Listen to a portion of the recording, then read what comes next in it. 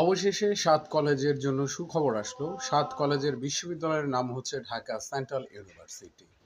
রাজধানীর সরকারি ৭ কলেজ নিয়ে প্রস্তাবিত নতুন বিশ্ববিদ্যালয়ের নাম চূড়ান্ত করা হয়েছে ঢাকা সেন্ট্রাল ইউনিভার্সিটির নামে। এর কার্যক্রম পরিচালিত হবে। রবিবার রাজধানীর আগারগাঁওয়ে ইউজিসি ভবনে শিক্ষার্থীদের ৩২ সদস্যের প্রতিনিধি দলের আলোচনা সভা অনুষ্ঠিত হয়। এই সভায় বিশ্ববিদ্যালয়টির নাম চূড়ান্ত করা হয়।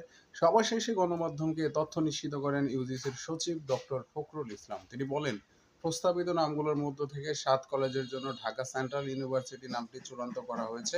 এটি এখন শিক্ষা মন্ত্রণালয়ে পাঠানো হবে। সেখান থেকে উপদেষ্টা পরিষদের পাশ হওয়ার পর রাষ্ট্রপতির সম্মতিক্রমে এর অধ্যাদেশ জারি করা হবে।